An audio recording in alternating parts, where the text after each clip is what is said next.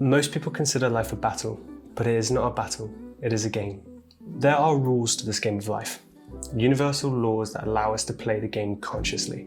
With an awareness of these laws and aligned action, we become co-creators, not just players. And as creators, we are capable of creating the ideal life that we want. A life with purpose, with meaningful work, with material abundance, financial freedom, with health and vitality and deep loving connections. When we start to learn how to play the game, this becomes more than possible. In fact, it becomes our natural disposition to start creating that life for ourselves. And right now, it is more important than ever to become conscious creators. For almost everybody is getting used, stepped on or manipulated in order to satisfy other people's games. If you are not actively and intentionally engaging with life and learning from it and how to play with it, then you are just a pawn in another person's game. And we cannot afford any more pawns. So it's time to become the new 1%. Now, credit where credit is due. This video is based upon this book. This is The Game of Life and How to Play It by Florence Scovel Shinn.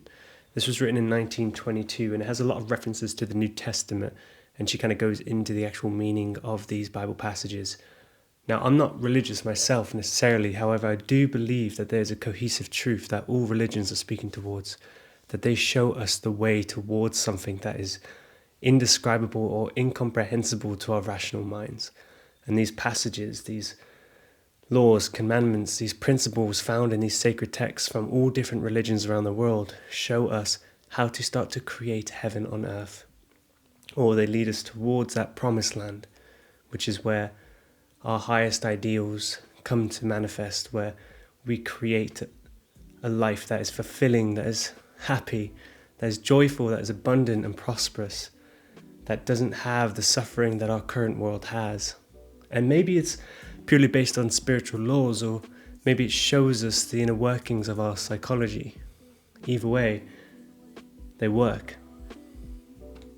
And I hope I can share this with you in a way that you can understand.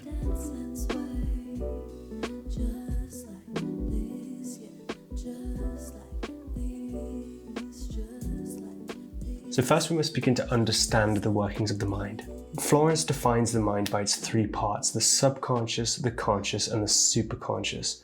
The subconscious is pure creative power with no direction. It does what it is directed to do, but it has no power of induction itself. Whatever we think or feel is impressed upon the subconscious and then carried out in minute detail over time. The conscious mind is the human mind, the ego. It is the one responsible for navigating, conceptualizing, recalling, surviving, actualizing. It sees life as it appears to be, and it impresses upon the subconscious. The superconscious is the God mind, the realm of perfect ideas and interconnectedness. It's our connection with the divine and our perfectly tailored part in this game of life that only we can actualize. We live in a society that favors the conscious and rational mind over everything, but we would be wise to remember the mind is an excellent servant but a terrible master. Too many of us take our minds way too seriously. We let it run wild and believe most of our thoughts to be true and let it emotionally dysregulate us. We need to learn to tame the mind, because what man soweth, that shall he also reap. The more ingrained specific thought patterns are, the more that they crystallize and condense into our reality. They become the life that we live. In fact, the life that we are currently living is an amalgamation of all the thought patterns that we have.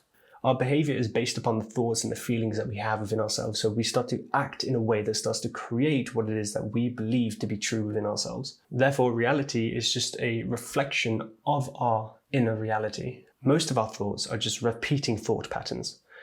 Thoughts that have been given to us by society or conditioned into us by our parents and our social spheres. We therefore must create new patterns of thought in order to start to subconsciously create the reality that we desire, the ideal life that we want to live. The subconscious and the superconscious must become one, where creative power meets the realm of perfect ideas. This is what's referred to by mystical marriage, the unifying of soul and spirit. I and the Father are one. So, how do we create new patterns of thought in order to create our ideal life? There's a lot to be said about this, but I'm going to simply break this down into 3 steps. The first step, which is the most important and fundamental, is cultivating awareness of the mind. We want to step back and witness our thoughts. This is the basis for meditation and self-inquiry. This alone can completely and radically change your life. As the Greek maxim goes, know thyself. As you do so, you start to see how you have been creating your reality. You will see the habitual patterns of thought that keep you in cycles of feeling insecure, inadequate, unworthy, in disbelief, etc. Then you will see how those thought patterns correspond with life events and circumstances that reinforces those feelings of inadequacy, disbelief, inadequacy, etc. For instance, when you start to create that space, you may notice that you spend more time thinking, planning, and imagining what will happen if it doesn't work out than you do if it actually does work out. Man's foes shall be thy of his own household. It's up here, baby. So practicing mindfulness and meditation can be really helpful to create the space between yourself and the thoughts that are coming in. Journaling, also a seriously powerful tool to objectively witness your thoughts and how it corresponds with reality. Therapy, counseling, and even loving, trusting, self-aware individuals can be incredible to help shine a light on toxic thought patterns. But the most powerful tool that you can develop is the neutral observer. The second step to creating new thought patterns is intentionally swapping out the negative thoughts for positive ones that speak for the life and vision that you want to experience. This takes repetition and plenty of time, as these thought patterns can run deep in the subconscious. As your thoughts change, then your beliefs start to change. And as your beliefs change, then your actions start to change. And as your actions change, you start to change, and your life then changes. Nothing stands between man and his highest ideals, and every desire of his heart but doubt and fear. When a man can wish without worrying, every desire will be instantly fulfilled. So let's say you want to be rich, right? Financially wealthy. As you create new patterns of thought, adverse thoughts of doubt and fear will start to rise, and the rational mind will begin to prepare for the opposite outcome, or the less desired outcome. Those beliefs of your unworthiness, of your inadequacy, of your fear, of your doubts, they will all come up in order to be cast out. And as those are cast out, then the flow of abundance can start to come in. And this doesn't just happen in a few days or a few weeks or a few months. This takes years to develop the character that's needed in order to sustain that kind of wealth. But this is the mindset of the rich, right? Compounding impact over time. So as you start to cast out the inner demons, the blocks that have been limiting you, you get closer and closer towards a big manifestation or a demonstration. So as you start to get closer to that manifestation, tormenting thoughts tend to come in much stronger, for it is darkest before the dawn. And so apparent failure will come as a test of faith to cast out those final demons. Which brings me to the third step of creating new thought patterns: cultivating unwavering faith. Faith in your ability to grow, to change, to achieve, to receive, to be, and to do. This is a big one because they say that you need to see it in order to believe it, but it tends to be the opposite as well, where you need to believe it in order to see it. We need to be able to see ourselves wealthy, healthy, happy, peaceful, joyful, whatever it is in that life that we want to create for ourselves. We need to see it clearly for ourselves first and have that unwavering certainty and trust that you will get there, that you will create that life for yourself. All things whatsoever ye ask in prayer, believing, ye shall receive. And part of believing is acting in faith. You must act as if you have already received. That is such a key component because that is what creates a subconscious shift. Because it's the conscious mind that perceives linear time, but time is not only linear. And the subconscious is unbound by time in the way that the conscious mind is. So when you are embodying your certainty or your knowing or your belief in where you're going or who you're becoming, then the subconscious has to reflect that in the external reality. You start to create that life for yourself. And this has proven true to me because when I started to create my own business, I spent the last £5 of my overdraft on these little flyers and I handed them out around town. I was completely broke at this time, but I knew that this was going to work out for me and I took a leap of faith. The first client that I attracted hired me to design their garden for them, but also gave me £50,000 as a benefactor. At first, I had a lot of fear of lack, fear of failure, but we must substitute faith for fear. For fear is only inverted faith. It is faith in evil instead of good. And Bashar was saying this where he says, you're trusting in your failure rather than trusting in your success. But the trust is the same, but you just direct the trust in the wrong area.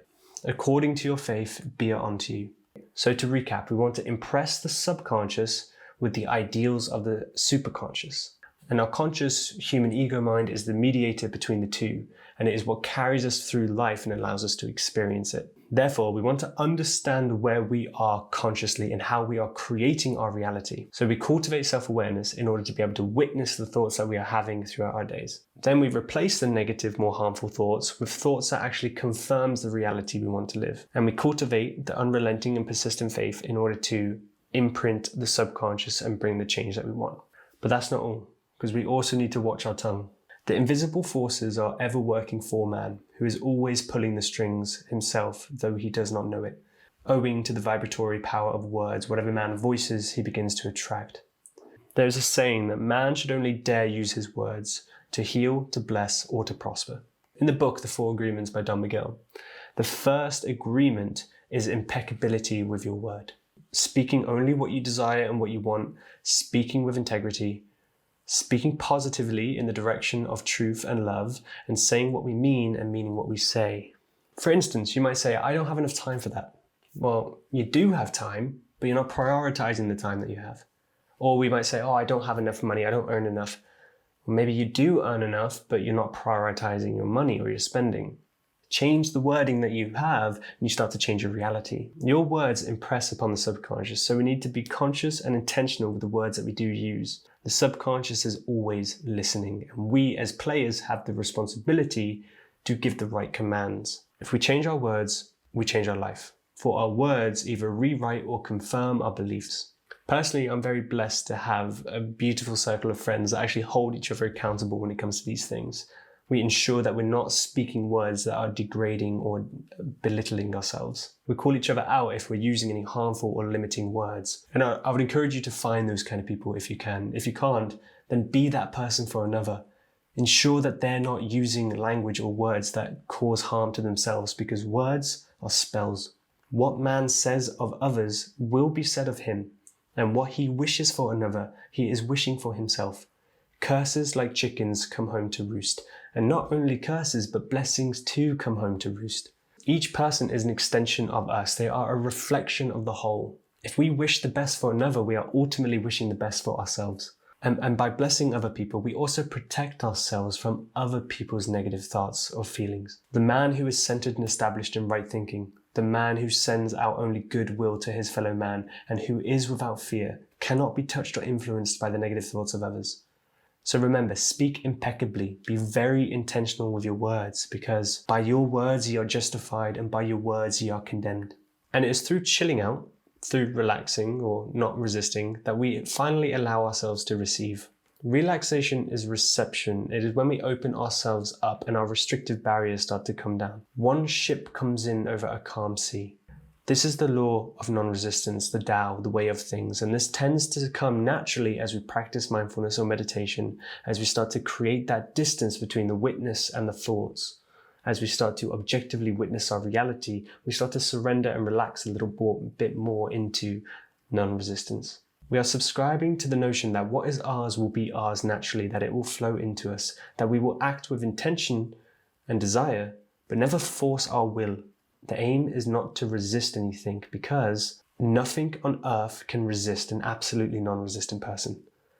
If we are encountering any kind of resistance, we must return to cultivating self-awareness. We must ask ourselves, where are we resisting or blocking ourselves? The inharmonious situation comes from some inharmony within man himself. As within, so without. As above, the mind, as below, the earth or the body. Approach it with curiosity and wonder. Why are you experiencing what you're experiencing? What's it showing you? What's it teaching you? What is this moment presenting to you? This kind of approach begins to dissolve any emotional entanglement, and it starts to bring a lot more clarity into what's actually happening. And then it becomes a message. Agree with thine adversary quickly. Agree that the adverse situation is good. Be undisturbed by it, and it falls away of its own weight. The key to living with non-resistance is presence. And this comes back to our ability to witness our thoughts, the act of being with life, experiencing life, becoming life. Behold, now is the favorable time. Behold, now is the day of salvation. And it's hard for us to find a state of presence in this day and age, for our mind wants to be in control of everything in order to get anything done. That we won't achieve our dreams or our goals unless we force our will onto the world. And we can achieve our dreams like that, for sure, but it comes with a much heavier cost. We can achieve a lot more through not resisting. But in order to surrender our mind like that, we must reinforce the idea or the belief that what is ours is meant for us, that what we want and what we are striving towards is exactly what is planned for us. It is man's divine right to have plenty, more than enough. Thine barns should be full, and thy cup should flow over. This is God's idea for man, and when man breaks down the barriers of lack in his own consciousness, the golden age will be his, and every righteous desire of his heart fulfilled. Our natural disposition, just like nature, is towards abundance, towards health, towards loving connection and fulfillment. Just as water's natural inclination is to move to the sea or to remain level. It is simply our resistance that disables our inclination to naturally gravitate towards that. Man always gets just what he desires when he does relinquish personal will, thereby enabling infinite intelligence to work through him. Non-resistance is the strongest position that we can hold. A calm, centered and certain place of power that moves beyond or through any obstacle or challenge. And when it comes to taking any kind of action, our action must derive from intuition, and it must be backed with unwavering faith. Always follow your intuition, never violate a hunch. The rational mind will talk you out of it, but do it anyway, for life is not as it seems to the rational mind. There's a lot to be said about the game of life and how to play it, and I'm not just talking about the book, but the principle itself. My intention is to create a lot more videos that will show us how we can play in this reality and how we can actually create the life that we desire. I will have a second part of this video coming out, so make sure you subscribe so you know when that second one is coming. Let's try and create a better world for all of us.